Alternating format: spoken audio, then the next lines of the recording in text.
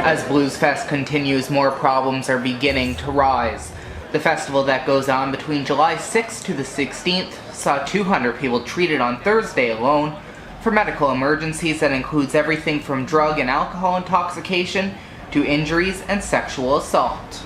10 people had to be transported to hospital, 8 of which were under the age of 18. Naloxone, a drug that is used to reverse the effects of an opioid overdose, had to be used at least once. However, multiple drug overdoses were reported.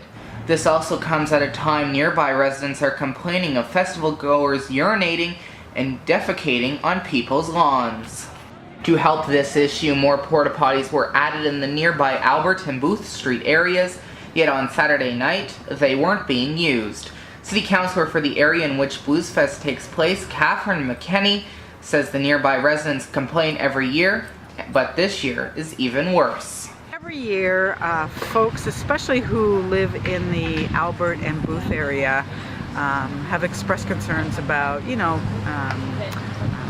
festival patrons mostly leaving the festival. This year is particularly bad behavior.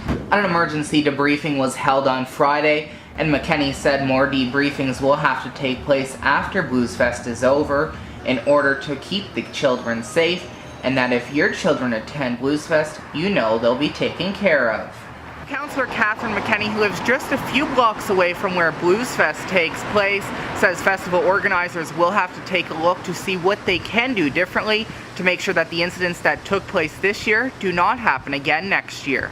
I don't want to pick on youth. It's great to have them out, but whenever we know that it's going to be a festival where we're going to have a lot of youth involved, to really be careful and to really make sure that we're keeping them as safe as possible.